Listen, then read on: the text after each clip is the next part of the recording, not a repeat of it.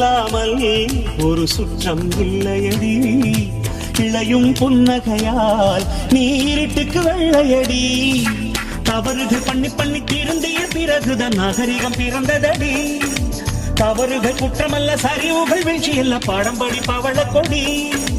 உள்ளம் என்பது கவலைகள் நிரப்பும் குப்பை தொட்டி இல்லை.